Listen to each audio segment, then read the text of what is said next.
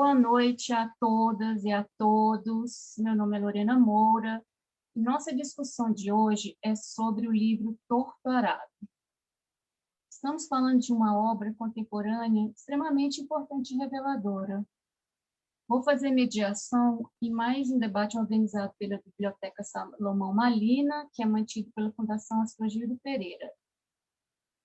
Essa obra, Torto Arado, foi lançada em 2019 pelo autor baiano Itamar Vieira, e simplesmente esse livro é uma das grandes revelações da literatura brasileira.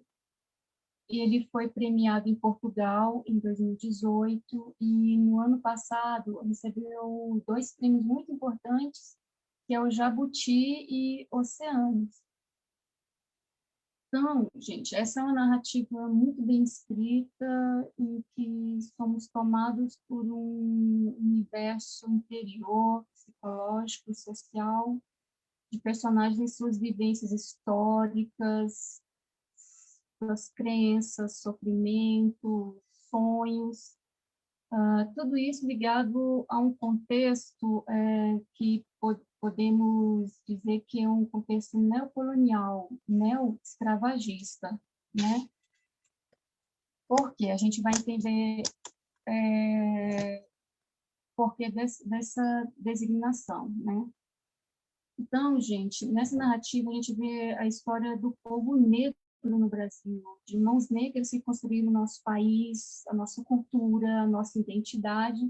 Mesmo assim, permaneceu sob o jugo dessa estrutura neo-escravagista, né? E mesmo assim, permaneceu sem lugar, sem direitos, trabalhando para os donos da terra, né? Continuaram, digamos, sem lugar, sem terra, né? E vagando, né? Vagando de terra em terra em busca de trabalho e sobrevivência. E quando essas pessoas encontravam um local para trabalhar, né, quando eram aceitos por esses donos de terra, eles não podiam construir casas com materiais duráveis, né, materiais sólidos, mas somente com materiais perecíveis, que acabavam logo com a ação do tempo. Por que isso? É para que não fosse possível demarcar a relação daquelas pessoas com a terra, né, com o lugar.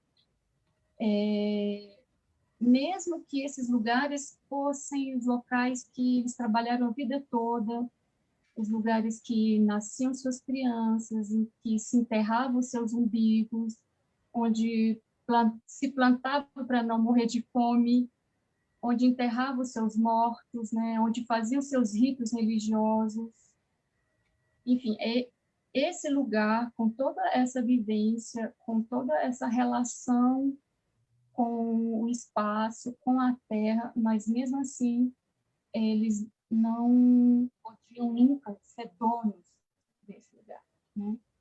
Então, é disso que essa narrativa fala, desse país agrário, né?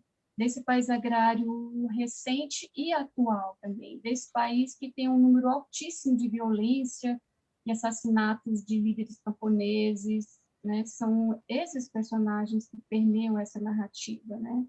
São personagens da vida real que a gente encontra no nosso país que estão ali nessa ficção, né?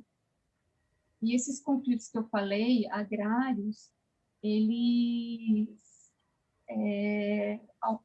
eles aumentaram drasticamente no governo Bolsonaro, né? Essa violência no campo. Então, as personagens principais, Bibiana e Belonísia, e os Encantados, nos mostram esse universo que a gente vai adentrar agora. Thalita, quer falar?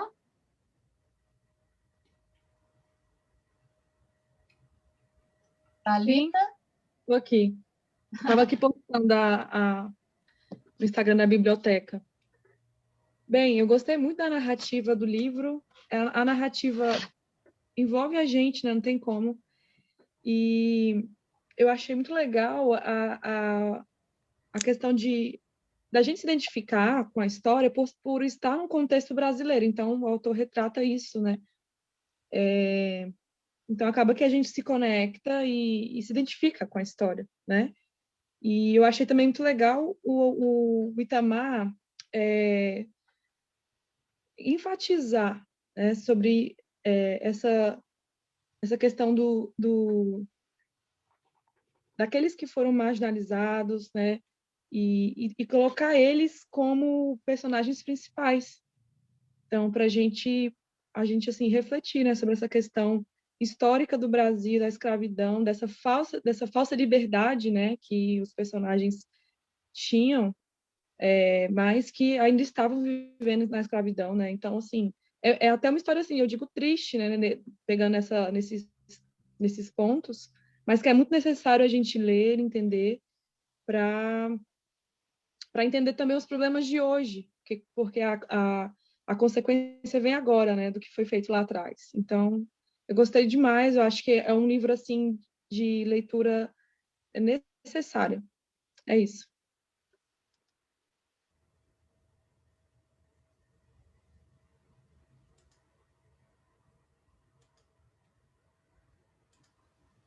Eu acho que seu microfone está desligado, Lorena. Não ouvi o que você falou. Obrigada, Thalita, pelas suas falas. Boa noite, Paulo. Oi, boa noite, Lorena. Eu gostei muito desse livro. Eu já estava querendo ler ele desde do ano passado, né, quando o Itamar desapontou, né, nas redes sociais. E eu vou confessar para vocês, eu demorei a entrar no ritmo da leitura. A primeira parte do livro, eu fiquei meio engasgado, eu demorei um pouco a ler. Mas na hora que entrou a parte do Tortarado, né, que é a parte da Belonísia, que ela contando a história dela, e a última parte, que é o Rio de Sangue, que é a espiritualidade narrando, né, que é a entidade narrando o que está acontecendo, aí a minha leitura fez assim, ó, foi um tapa. Aí eu li de uma vez. E eu gostei muito, assim, da qualidade técnica do Itamar. Ele beira o ideal que o escritor quer no livro dele, em questões narrativas, de profundidade de personagem. A gente lê a Belonísia, parece que se eu for ali em Cavalcante, né, que é onde tem O quilombo. Onde tem um quilombo, me fugiu a palavra, onde tem um quilombo, obrigado, Lorena.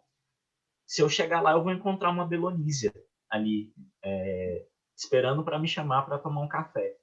Eu achei surpreendente a força que ele botou nesses personagens, né? E a relação da Terra, né? De como o ser humano se relaciona com a Terra.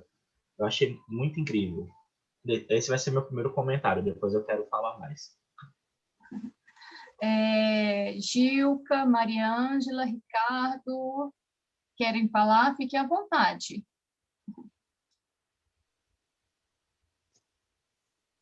Eu queria contribuir. Eu tive a oportunidade, assim que eu recebi, né, a proposta de participar, a proposta de ler o livro junto, discutir junto, veio o convite do Roda Viva. E o Itamar esteve no programa Roda Viva, então eu acho que a gente tem que divulgar também, porque fica gravado, né? E eu acho que vale a pena também, porque o livro é tão bom, tão envolvente, tão real, e ele chega, assim, às vezes, me deixar com o coração a 1000 por hora e batendo na boca mesmo, de medo, aqueles detalhes que ele coloca, aquilo lá não é possível.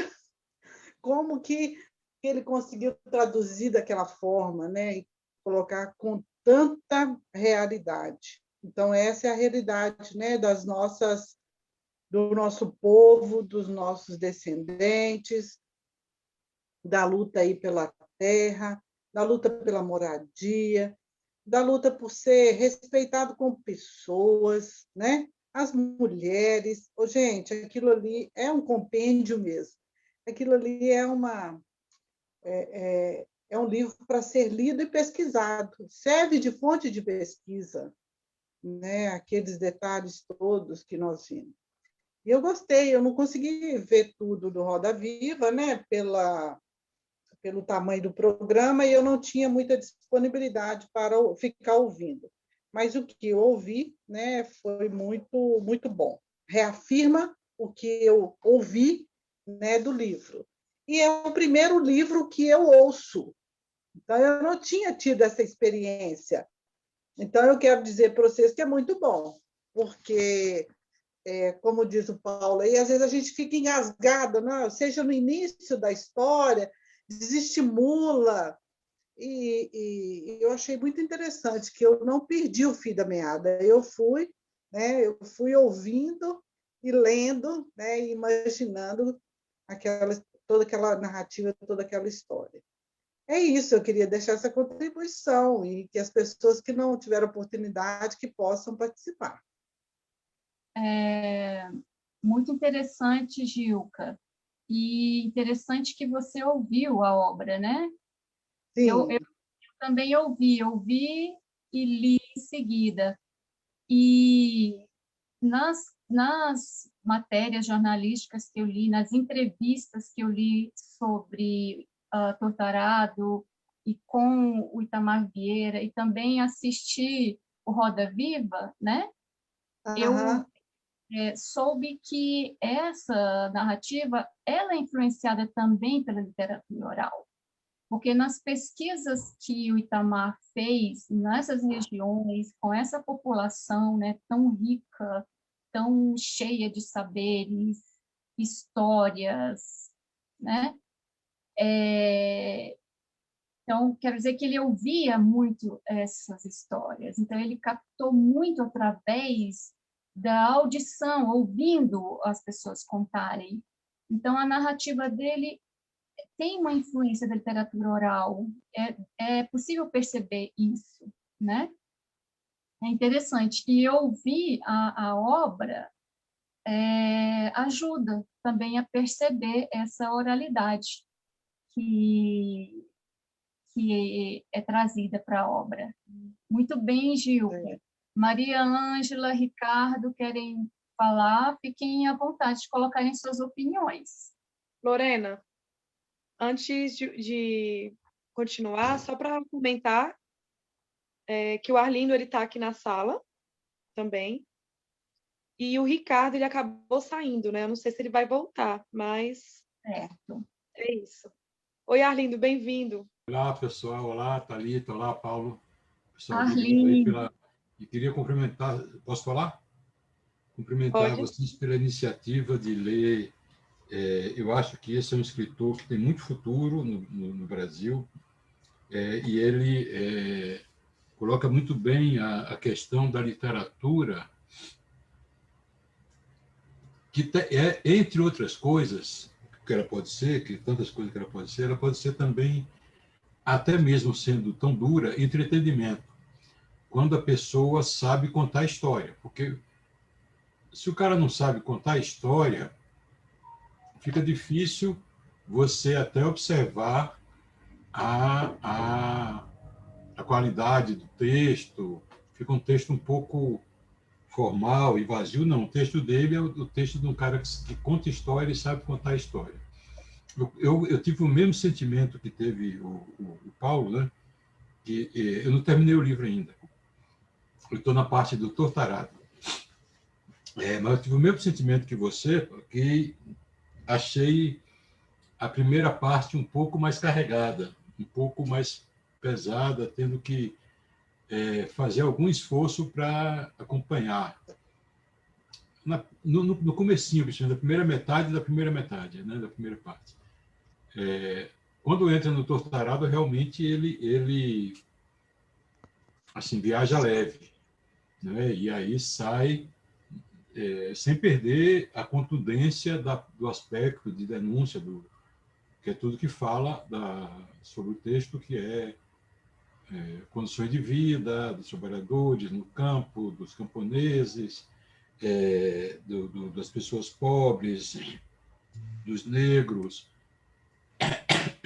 sem perder o peso desse aspecto, não é?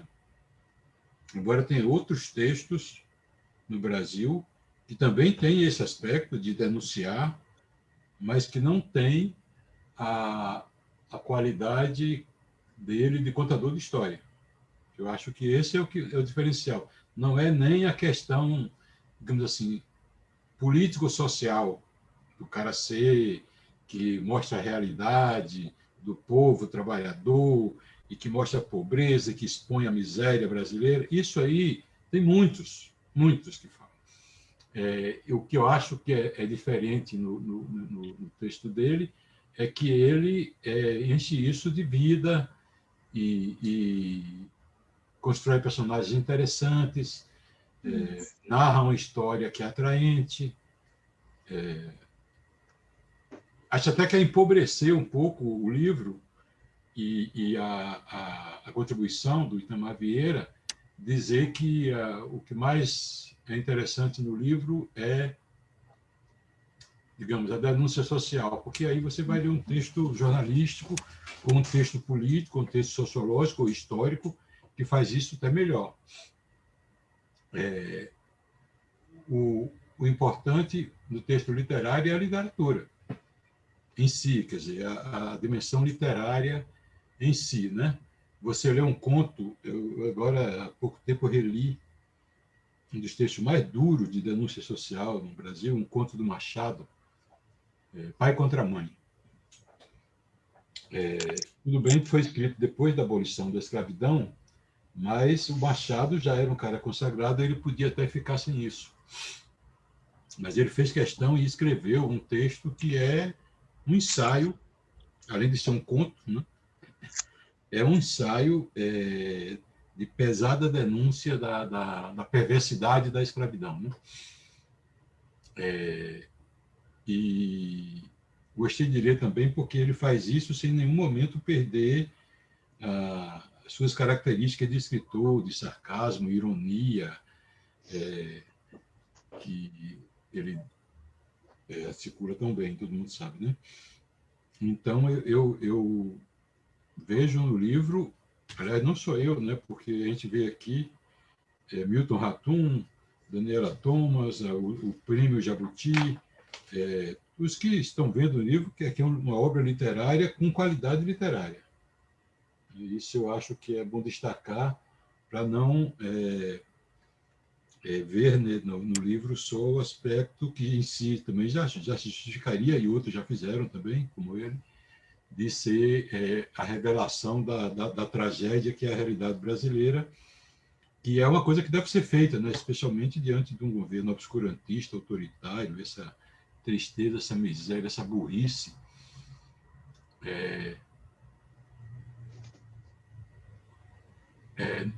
Alguém me disse hoje, eu guardei, que o que nós temos no Brasil hoje não é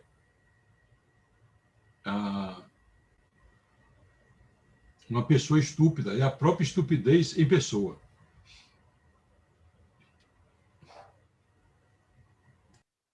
Muito bem, Arlindo. Muito bem, Arlindo. Gostei muito da sua fala, aproveitando sobre a própria estupidez humana. Aqui a gente costuma lembrar dessa realidade absurda que a gente está vivendo da Covid, que sem política pública clara para essa problemática no nosso país, além de muitas outras, mas essa é totalmente absurda e execrável, né, de tantas vidas que estão sendo perdidas, que poderiam ser evitadas, e também de uma problemática de falta de saída para muitos trabalhadores, da fome que aumenta, né, e da falta de perspectiva. Então, muito bem lembrado, eu agradeço a sua fala.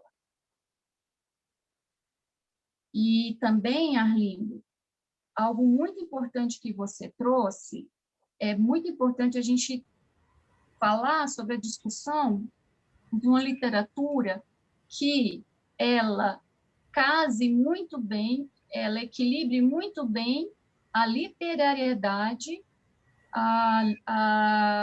os componentes literários, uma literatura muito bem feita com a sua temática, com o seu tema.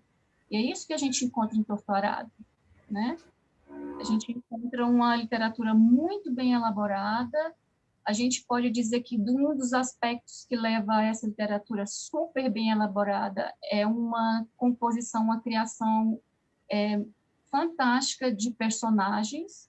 São personagens muito bem construídos, muito profundos, muito ricos, em que a narrativa ali nos leva a entrar na vida desses personagens, na cabeça desses personagens, nos sentimentos desses personagens, né?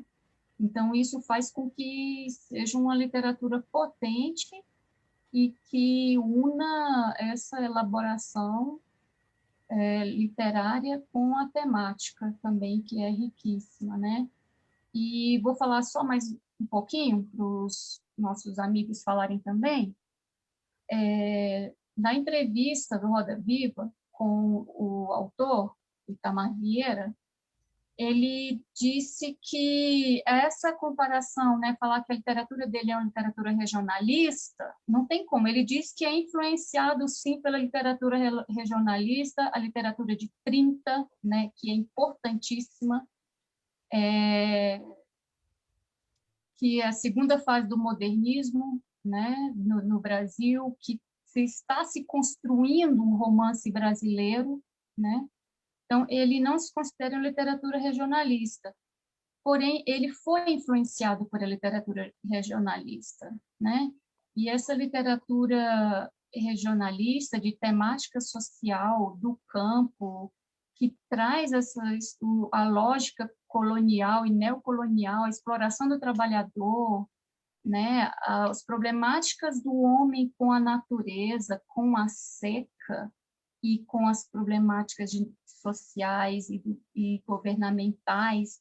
Então, a gente não pode deixar de citar os expoentes desse momento, que é Vidas Secas, do Graciliano Ramos, que é Menino de Engenho, do José Lins do Rego, que é O 15, de Raquel de Queiroz, e também as maravilhosas obras do Jorge Amado, Cacau, Suor, são suas primeiras obras, elas são radicalmente denunciadoras de uma realidade social no Brasil, de abandono, né, desses pobres excluídos do sertão nordestino. Então, essas obras eu acho que são fundamentais para a gente conhecer esse país, né? O país ele foi descoberto e redescoberto também através dessas obras, né? Então,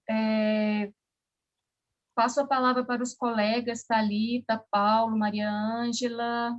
Alguém quer falar agora? Eu prometo falar menos da próxima vez. Eu queria falar rapidamente, só uma inquietação que eu tive. A gente sabe que o livro é dividido em 3 partes, e cada parte é narrado por um personagem diferente. Primeiro, a Bibiana, aí a segunda parte é narrado pela Belonísia, e a terceira parte pela entidade Santa Bárbara, né? Se não me engano. Santa Rita Pescadeira. Eu falei Santa Bárbara, confundi, desculpa. Santa Rita Pescadeira. Eu pensei o seguinte, quando eu estava lendo o livro, nessa troca da parte 1 para a parte 2, eu não tinha entendido que tinha mudado a narrativa de personagem. O foco narrativo, né? Quem está contando a história. A narrativa é maravilhosa, a estrutura, a estética dessa estrutura também, você lê assim, eu achei encantador. Só que quando eu fui percebendo que era uma outra irmã que estava falando, eu tive que voltar um pouquinho e para me ater novamente, né?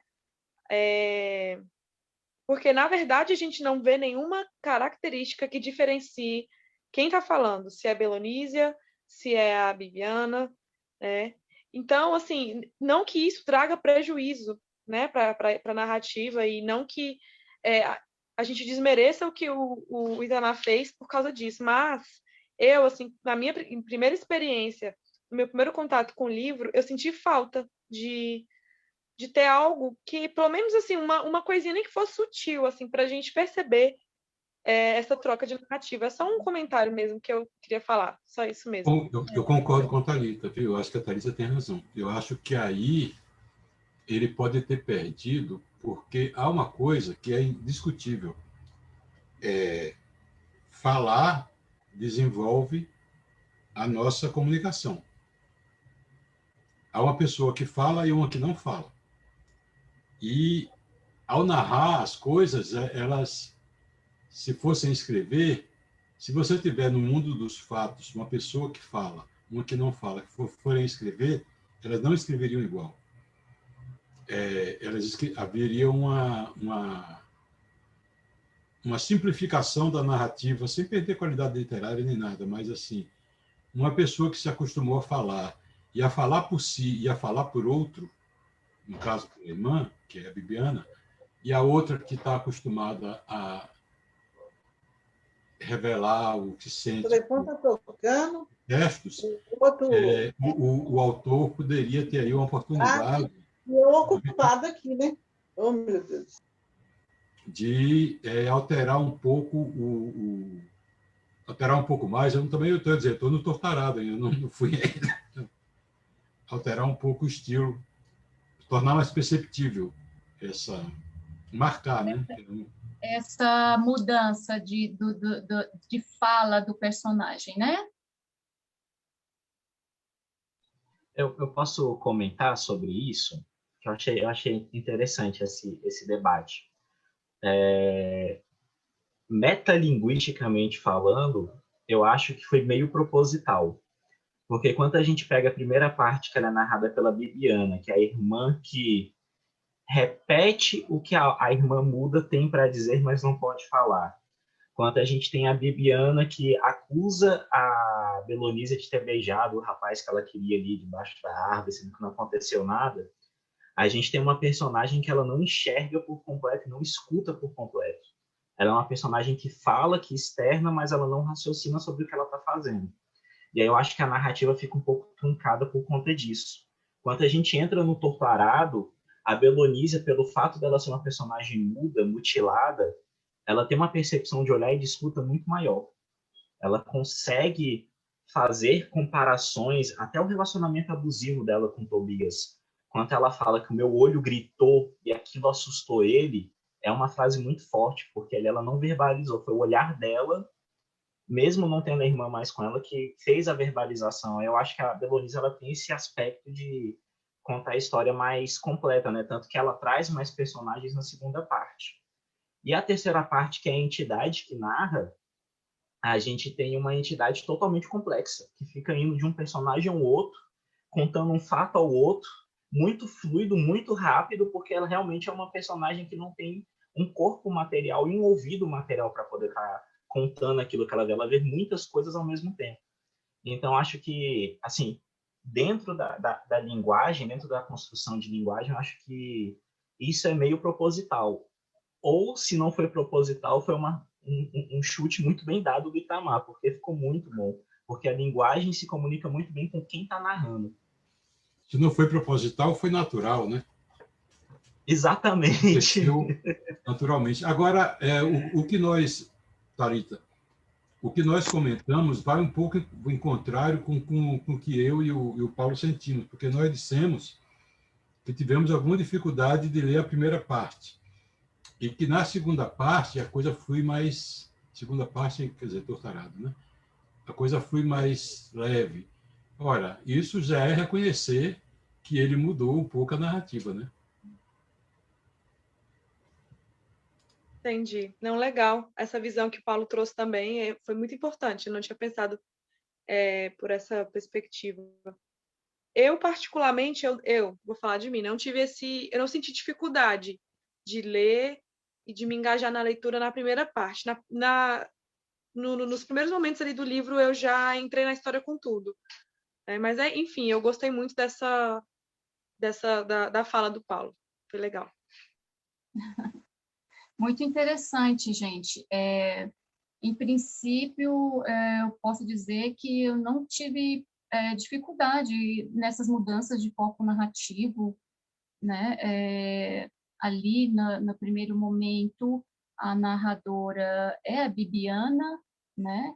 E ali, na primeira parte, fica bem claro que, embora sejam irmãs, uma mais nova que a outra, convivências muito parecidas, com um ambiente ali, crescendo juntas, mas elas tinham identidades muito próprias e modo de se expressar muito próprio. Então, isso ficou bem marcado nessa narrativa, ficou bem claro, né? Em princípio, eu não senti dificuldade nessas mudanças de foco narrativo, não tive dificuldade para adentrar nesse universo dessa literatura, eu realmente fiquei muito envolvida, muito impactada, né? Se o Itamar Vieira escrever a continuação, eu vou querer ler, né? Enfim. Então, antes de passar a palavra para mais alguém, eu queria lembrar de uma obra muito importante, que ela é precursora do romance de 30, do romance nordestino, né? Que é A Bagaceira, do José Américo de Almeida. Então, essa é uma obra muito importante para vocês conhecerem, viu, gente? José Américo de Almeida, A Bagaceira, que ela é uma obra pré-modernista e ela prepara toda essa literatura que vem depois, literatura muito rica. Outra obra muito importante para a gente reconhecer e conhecer esse Brasil, né, é Os Sertões, do Euclides da Cunha, uma obra de 1902, que a gente sabe que ali é o cenário de Canudos, né, no interior da Bahia, uma comunidade que tinha a liderança do Antônio Conselheiro, né? Então, essa obra, Os Sertões, do Euclides, também muito importante, que mesmo com as contradições ali do que estava acontecendo com aquele grupo ali, com aquela liderança contraditória, mas quem estava ali, aquele povo que está ali, eram os pobres excluídos, negros, indígenas, camponeses pobres, né? Muito importante também a gente lembrar dessa literatura. Então, Maria Ângela quer falar, Paulo quer falar de novo, Arlindo, Ricardo retornou. Não, eu vou... o Ricardo não voltou, não. Opa, pode Tem falar, a Gilca Thalita. também. Gilca também, ela também está aqui na sala. Se quiser falar, Gilca, fica à vontade. Por favor, Não. Não, eu tenho um compromisso agora eu estou no grupo de trabalho da escola e eles já estão me chamando, e eu preciso me ausentar daqui 10 minutos, tá? Eu estou só colaborando mesmo aqui com vocês nesse momento.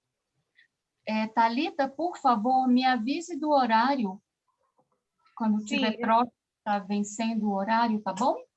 Tá, eu te aviso comentando aqui, tá? No bate-papo, pode ser? Eu queria fazer só um comentário. Eu não estou acompanhando o bate-papo. Pode falar, Arlindo. Não, porque você fez uma menção aí sobre a literatura anterior, sobre o Brasil, e mencionou Os Sertões, do Euclides da Cunha. E aí eu pensei numa coisa que é curiosa sobre... Nós estamos aqui na Biblioteca Salomão Malina, que tem um grupo de leitura que é ligado à Fundação Mastrogildo Pereira, né? O Euclides da Cunha, no dia da morte do Machado de Assis, ele estava lá, na morte do Machado de Assis, na casa, já nas últimas do Machado, né? Ali no Rio, naquela região Laranjeiras, né? Cosme Velho, e estavam só os amigos mais próximos do Machado, e meia dúzia de amigos. Ele conta isso numa crônica, o Euclides da Cunha. Aí apareceu um garoto, tipo assim, 15, 16 anos. E acharam estranho, porque não tinha garoto nenhum ali, só. Ele entrou, pediu se podia ver o Machado, ele foi até o Machado, beijou a mão do Machado e saiu. Aí perguntaram a ele o nome, era Astrogildo. Astrogildo Pereira. Nossa, E que interessante. o Euclides da Cunha fez uma crônica sobre isso, ficou registrado por isso. Anos depois, Zelito Viana foi fazer um filme que se chama a Visita, eu não sei exatamente o nome do filme, do Zelito Viana, que é justamente sobre esse episódio. E quem faz o Astrogildo Pereira é o Marcos Palmeira, né, que é filho do Zelito Viana. Né? Que interessante. E é muito interessante, é uma espécie de documentário, né? Porque, na verdade, mas é um documentário sobre fatos passados. Né? Essa crônica do Euclides da Cunha é muito interessante, porque aquele Machado, já um velho, e um monte de velhos ali, da elite literária do Rio, de repente um garoto que é de Niterói, que ele era de Niterói, né? Atravessa, na época de balsa, Bahia, vai até o Rio, vai até a Laranjeira, Corme Velho, vai na casa do Machado, e pede para falar com ele, e cumprimenta e sai. Depois, o Astrogildo escreveu um livro sobre Machado, já mais adiante, né? Eu vou procurar essa crônica. Essa crônica é muito legal. O livro é esse aqui.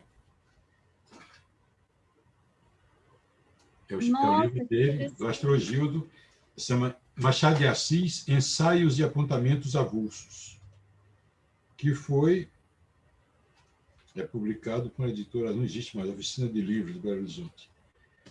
Mas é interessante porque mostra como essas coisas todas assim são relacionadas. Né? Um cara como Euclides da Cunha, que era de origem militar, né? E era um grande jornalista. E Machado, com Astrogildo Pereira, que na época que Machado morreu devia ter 15, 16 anos, e o que nós aqui estamos fazendo hoje, que tudo tem algum nexo. Muito interessante essas lembranças, Arlindo. Thalita, Paulo, Gilca, Maria Ângela, quem quer falar agora? Eu cortei o Paulo aquela hora. Ele ia falar. Não, é tranquilo. Eu queria fazer mais ou menos o meu último comentário, porque esse livro aqui, se a gente for sentar para debater ele, a gente passa a noite conversando sobre todos os aspectos, né, que esse livro tem. E até também para poder não ocupar muito tempo para os outros colegas também poderem se expressar aqui no clube. O que eu achei legal, de verdade, do livro foi o cuidado que o Itamar Vieira fez com o nome das irmãs, porque isso na literatura também é muito importante, né? É Bibiana e Belonísia, e a avó delas é Danona. Então, tipo assim, são nomes muito parecidos foneticamente, só que são personagens completamente diferentes, que a gente acaba levando essa ótica para o povo do quilombola, né? A gente olha para os quilombolas e a gente olha todos eles como a mesma pessoa. A gente sempre fala que é o Zé, a Maria, a Aparecida, e a gente acaba esquecendo que eles são indivíduos complexos que vivem naqueles espaços. Então, eu acho que essa jogada que o Itamar fez também com os nomes das irmãs e de mostrar essa complexidade me deu um choque de realidade e me fez também pensar um pouco de como eu enxergo os quilombolas, que eu não vou mentir. Sem perceber, eu praticava esse preconceito de achando que todos os quilombolas são iguais. Mas esse livro do... Opa, desculpa. Mas já estou terminando. Mas esse livro do Itamar me fez abrir o olho e me fez ver que eu praticava isso inconscientemente. Então, olha só, para mim, pelo menos, a força que esse livro teve, né? Ele fez eu enxergar um comportamento prejudicial que eu tinha por um grupo minoritário e que agora eu enxergo com outros olhos. E é claro que essa desconstrução a gente tem que fazer paulativamente. Mas esse livro do Itamar me foi um choque de realidade e uma construção assim que foi incrível. Pode falar, Rindo, desculpa ter te... É só fazer um comentário, concordando com você sobre o nosso desconhecimento também, essa coisa de juntar tudo e achar que é tudo semelhante, parecido, quando cada um, a realidade é uma. Aliás, me fez lembrar sobre Cavalcante, Teresina de Goiás e os Calungas, aqui no norte de Goiás, porque nós nos referimos a eles como quilombolas, né? Primeira vez que eu ouvi falar deles, eles me foi falado por gente de Goiás, inclusive intelectuais de Goiânia, que dizendo que havia uma séria dúvida sobre se eles eram, de fato, quilombolas, quer dizer, escravos que fugiram da escravidão para viver livre num lugar por eles controlado, ou se eles eram negros que foram recrutados pelo exército para ir lutar na Guerra do Paraguai e que, na volta da Guerra do Paraguai, para que eles não fossem para cidades, negros nas cidades armados, porque eles tinham direito a portar arma, soldados, né? Então, o governo brasileiro os teria encaminhado, ou empurrado, ou imposto a eles ir para o norte de Goiás. Então, na verdade, que eles seriam soldados brasileiros da Guerra do Paraguai, aos quais foi negado o direito, porque eles se tornavam livres ao voltar da Guerra do Paraguai. O negro que, em geral, as pessoas não queriam ir para a Guerra do Paraguai, né? Normalmente não se quer ir para a guerra, isso é fato, né? E muito menos uma guerra que ninguém se identificava como sendo uma guerra nossa, uma coisa que nós nos interessasse. Aliás, sobre a Guerra do Paraguai, que as mulheres, a Thalita, a Lorena e Zilka, na minha cidade, em Mossoró, no Rio Grande do Norte, um dos episódios, além de ser a primeira cidade do Brasil onde a mulher votou, um dos episódios que é festejado lá todo ano é a revolta das mulheres na Guerra do Paraguai. 300 mulheres foram para a rua e invadiram o lugar de recrutamento e rasgaram todas as fichas de recrutamento de seus filhos e maridos e não admitiram que seus filhos e maridos fossem recrutados para ir para a guerra. Foi um protesto contra a Guerra do Paraguai e contra o recrutamento feito pelas mulheres, 300 mulheres nas ruas. E elas realmente impediram, aqueles caras não foram para a guerra, os maridos delas, os filhos, não foram para a guerra. Quer dizer, não era uma guerra popular, então eles davam ao escravo a arma e a liberdade em troca dele se inscrever no exército. Na volta, isso era uma das versões, né? Enfim, eu não digo que seja a versão verdadeira, porque quem me contou mesmo tinha também suas dúvidas, que não sabia se os calungas, a comunidade que mora no Quilombo, hoje é um quilombo, né? Porque foi reconhecida como terras tradicionalmente... Quilombo, na legislação atual, reconhecida como terras tradicionalmente ocupadas pela comunidade, né? Dos calungas, se eles eram negros fugidos da escravidão diretamente, ou se eram soldados que, retornando da Guerra do Paraguai, foi constrangido a eles, foi impedido, digamos, que eles retornassem para Rio, para São Paulo, para Minas, de onde eles eram, né? E foram, de certa forma, empurrados. Eu nunca tive essa dúvida solucionada. Interessante a fala de vocês, né, gente? Acerca dessas dúvidas, dessa desinformação que nós temos. Então, a gente vê como é absurdamente radical a desinformação que nós temos sobre a nossa própria cultura. Nós não temos ainda, nós não conhecemos o nosso Brasil, nós não conhecemos a realidade do que foi esse Brasil recente, o Brasil atual, principalmente o Brasil agrário, né? Que são desses nossos irmãos que foram trazidos de outro continente e que foram escravizados, não foram escravos, foram escravizados, né? E que depois da abolição, da falsa abolição, ficaram vagando de terras em terras sem trabalho, sem direitos, sem chão, sem perspectivas, né? E que nos locais em que conseguiram trabalhar tendo somente o direito à moradia, sem salário, sem perspectiva, só a moradia, né? E ainda, por cima, qualquer problemática ser enxotado daquele lugar, né? E essa é a história do Brasil recente dos negros nesse país e afrodescendentes. Essa história recente e a história atual desse Brasil agrário, e que ainda há um processo de desinformação muito grande nas escolas, nos meios de comunicação, que é um meio de comunicação elitizado ainda. Por isso que a gente não conhece. É um meio de comunicação que também desinforma, que traz uma estrutura de um outro Brasil, né? Um Brasil da elite, para falar claramente, né? Então,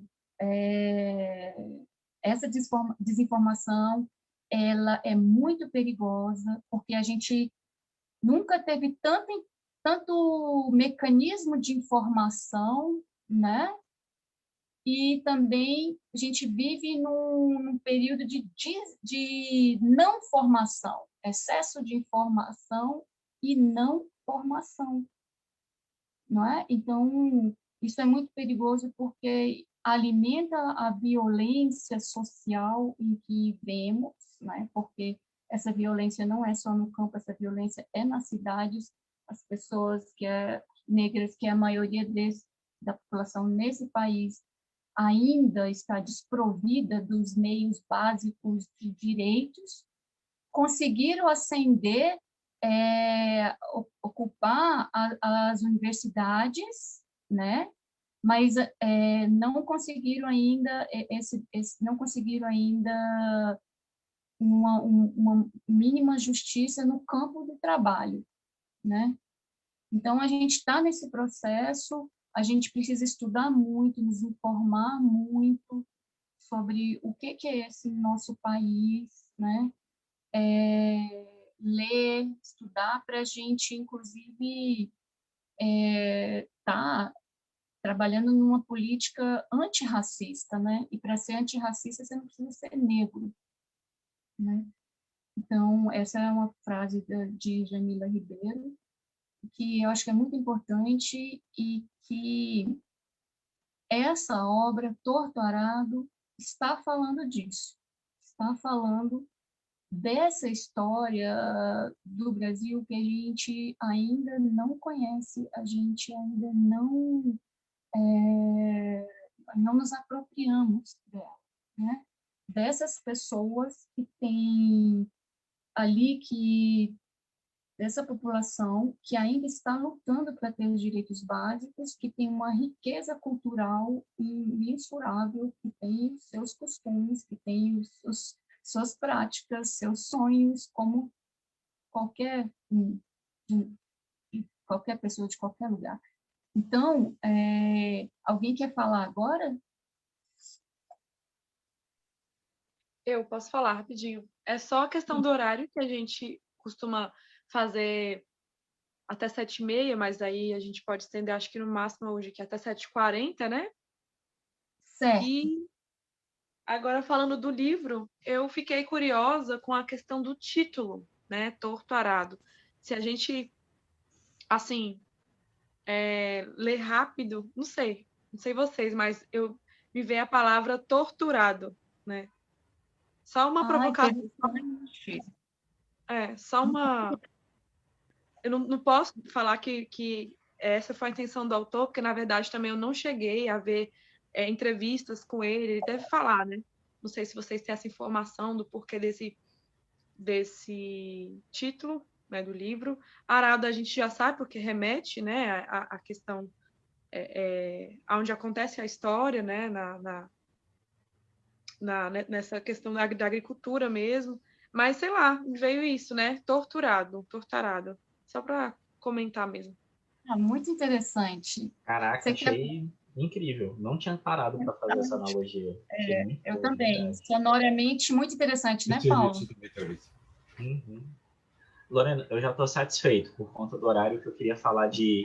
Eu também estou satisfeito. Que eu queria falar, de fato, eu consegui falar. Obrigado. Eu não Muito sei bem, porque esse livro me fez recordar o conto que eu falei para vocês do Machado.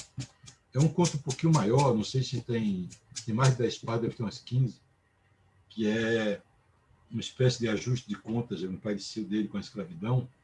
Eu queria encerrar, recomendar a vocês fortemente, quem leu, releia, quem não leu, leia, porque sobretudo porque eu tenho escutado algumas pessoas falarem que o Machado foi meio omisso em relação a isso. Eu acho que vale a pena, para quem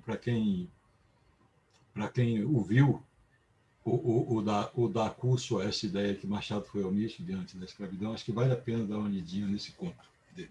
interessante. Obrigado, muito obrigado a vocês pela conversa, viu, gente? Valeu a pena. E pela dica da leitura do livro, eu já ia ler, mas eu digo a vocês, eu fui estimulado pelo grupo aqui de vocês. E também vou dizer uma coisa, a minha única estranheza com o livro maior foi a primeira aproximação. O primeiro fato do livro, eu tive um problema assim, mas que coisa inverossímil, a pessoa se cortar e perder a língua. Depois, porque você aceita o contexto da situação, aí a leitura flui da maneira que a gente tem conversado aqui. Bom, obrigado a todo mundo. Interessante, Arlindo.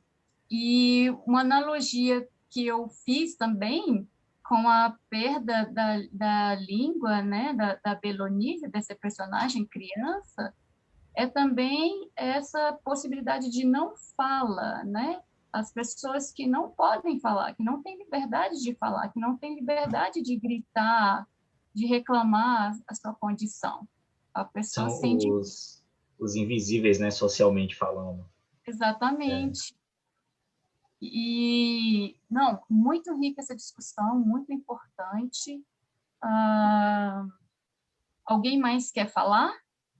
Gente, eu adoro os encontros do grupo. Eu acho muito bom. Agradeço a vocês. Bom. Muito obrigado. Obrigado. Fico aí na espera aqui do próximo livro. Qual foi o seu próximo livro? O próximo livro, Thalita, qual é mesmo? É o livro que o Paulo indicou para a gente, Não Enterre Seus Mortos, da escritora Ana Paula Maia. Estou super curiosa para ler. Vou até pegar ele aqui para mostrar para vocês. É premiado também. Se eu me permitir falar um negócio, já que a gente está aqui conversando, eu consegui separar aqui nessa quarentena umas 4, 5 caixinhas de livro aqui em casa, que eu estou esperando chegar o momento para levá-la naquela biblioteca. Que ótimo. Tem alguma coisa de política, de história e de literatura. Eu posso fazer mais uma sugestão de leitura? É que eu vi o Arlindo comentando tanto do Machado de Assis, que a gente tem o livro O Homem que Odiava Machado de Assis, do José Almeida Júnior. E ele é um autor daqui de Brasília e eu tenho um contato com ele bem próximo. Eu acho que se a gente conseguir encaixar, eu consigo convidar ele para participar do clube. Eu acho que o horário dele é mais flexível do que o horário do Itamar. Porque o do Itamar realmente o que pegou foi o horário. E o José Almeida Júnior, ele é de Mossoró, do Rio Grande do Norte. Quando a gente falou, bateu os... Meu conterrâneo. Que legal. Esse aqui é o próximo livro. É claro que está invertido aí para vocês, né? Mas só para mostrar a capa. Não dá para ler direitinho. Enterre Seus Mortos. Estou louco para ler esse livro. Eu deixei para ler esse livro com vocês. Uau, que legal, Paulo. Achei que já tinha lido. Não. Arlindo, só para a minha última fala também. Arlindo, depois eu entro em contato com você no privado para a gente ver a questão dos livros que você quer doar para a biblioteca, tá bom? Eu agradeço também.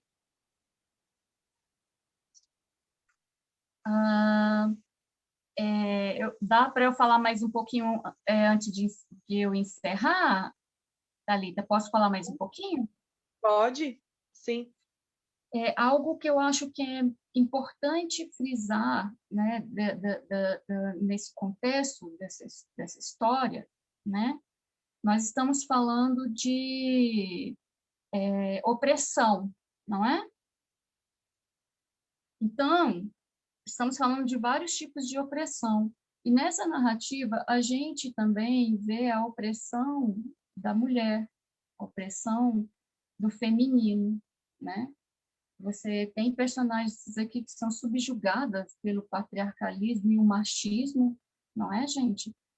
Foi o caso da Belonísia com o marido dela, eu esqueci o nome, né? É o caso também Tobias, né? Um marido agressivo, né? Um marido que não valorizou a Belonísia, né? Que a maltratou, na verdade. E também a gente tem o caso da filha da Donana, que é Carmelita, né? A gente tem casos de estupro cometido pelo padrasto, né? Que é a Carmelita, que foi vítima, não é isso? E nessa narrativa, a gente vai encontrar essa opressão dentro da opressão, né? E é muito importante frisarmos que a gente tem personagens femininas que são as principais, que é de uma potência, de uma força incrível, essas personagens, não é, gente? Bibiana, Belonísia, Salustiana, Donana, e também a potência e a força de uma personagem que é uma encantada, que é a Santa Rita Pescadeira.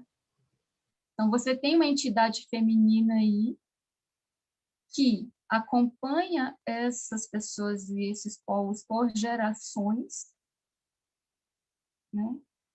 Que está ali também nos ritos, curando pessoas, ajudando pessoas, trazendo luz, esperança e trazendo justiça também, que é o que a gente vê na parte final dessa obra, não é? Enfim, essas entidades vivas e não vivas, elas são muito poderosas nessa narrativa, né? E outra coisa que eu quero falar para terminar, que como a questão da linguagem é muito forte, né?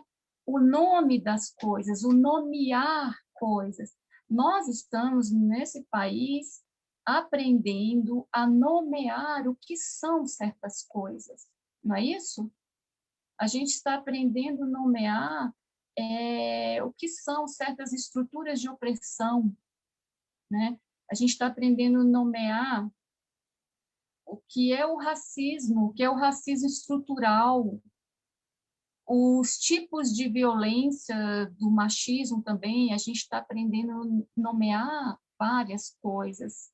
A gente está aprendendo a falar certas palavras, o negro, a negra, a literatura negra, a poesia negra. Então, isso é tão forte, isso é tão potente, isso é tão importante. E eu estou falando isso porque aqui nessa obra Torto Arado vai aparecer palavras em que as próprias pessoas não sabiam o que significava aquilo, estão relacionadas à sua própria identidade. O termo quilombola vai aparecer bem mais adiante no livro. E esse termo quilombola tem uma significação impressionantemente importante, né? Quem lê essa obra vai entender qual a significação desse termo nessa narrativa. Então, nessa perspectiva, gente, nesse momento que a gente está aprendendo a nomear a coisa, a entender o significado de certos nomes, né? Eu acho que, como a filósofa Marcia Tiburi diz, ela diz que a gente tem que escutar as vozes negras. A gente tem que escutar as pessoas negras falando. A gente tem que se silenciar um pouco, ouvir, para aprender, para entender, para refletir. Então, nesse sentido, nessa escuta que a gente tem que fazer e nessa relação com os significados das palavras a potência desses termos, eu indico esse livro aqui da Djanila Ribeiro, Pequeno Manual Antirracista, né? Para nos ajudar nessa compreensão dessas nomenclaturas, o significado desses nomes, desses termos que a gente precisa estar atento. Agradeço a todas e a todos essa rica discussão. Agradeço a presença da Thalita, do Paulo, da Gilca, da Maria Ângela, do Ricardo, que ficou só no início, do Arlindo, certo? Então, a gente se encontra na próxima discussão. Você quer falar, Thalita? Sim, duas coisas. Um abraço. A Maria Ângela, ela comentou aqui no bate-papo, no Zoom, ela disse, obrigada pela indicação, parabéns, muito obrigada, gostei muito, né? Só para pontuar que a Maria Ângela, ela não está bem de saúde, mas mesmo assim, ela está aqui, participou aqui com a gente, acredito que pela primeira vez. Então, fica aí o nosso voto de boa recuperação, que você se recupere logo, né, Maria? Para que você possa também estar com a gente aí nos próximos. E também, sobre esse livro que o Arlindo comentou, do Machado de Assis, eu queria compartilhar aqui só rapidinho a foto, deixa eu ver se eu consigo colocar aqui para vocês verem. Porque nós temos esse livro na biblioteca. E aí, quem tiver interesse... Deixa eu ver se eu consegui. Ótimo. Vocês estão conseguindo ver? Ah, sim. Foi o Paulo que falou? O Arlindo. Lindo. Isso. Deixa eu ver agora como é que... Qual é mesmo o nome do livro? Ensaios e apontamentos avulsos do Astrogil. Tá Thalita, essa sua edição é melhor que a minha. Essa é organizada pelo Martim César Feijó. E ilustrações do Cláudio de Oliveira, é mais recente e mais bem editada. É melhor que a que eu tenho aqui. Sim. Agora, o que você transcreveu aí é edição eletrônica, não é?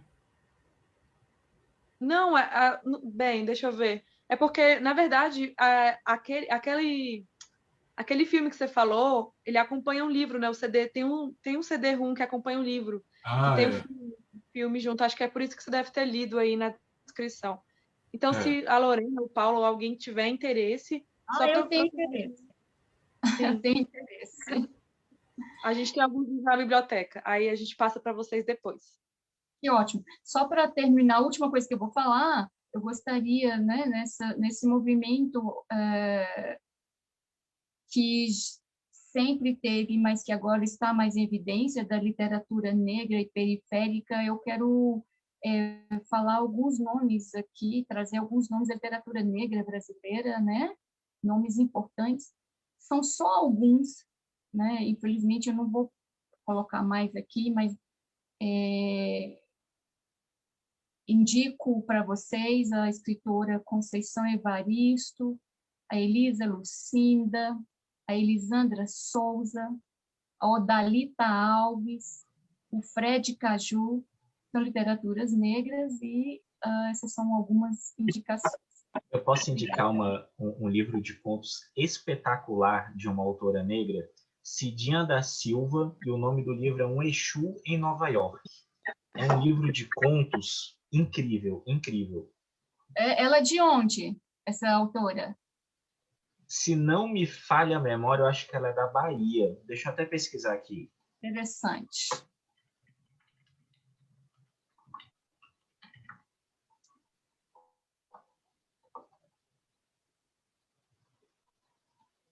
Não, ela é de Belo Horizonte. Ela é da terra da Conceição Evaristo. Ótimo.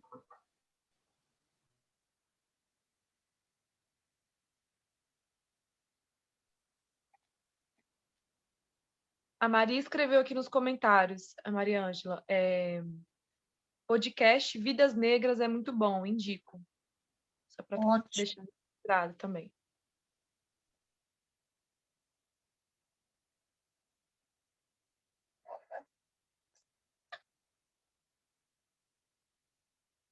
Alguém mais quer falar, quer indicar mais alguma coisa? Livros? Só agradecer aí o encontro de hoje, que foi muito bom. Muito obrigado, gente. Gostei muito aqui das trocas.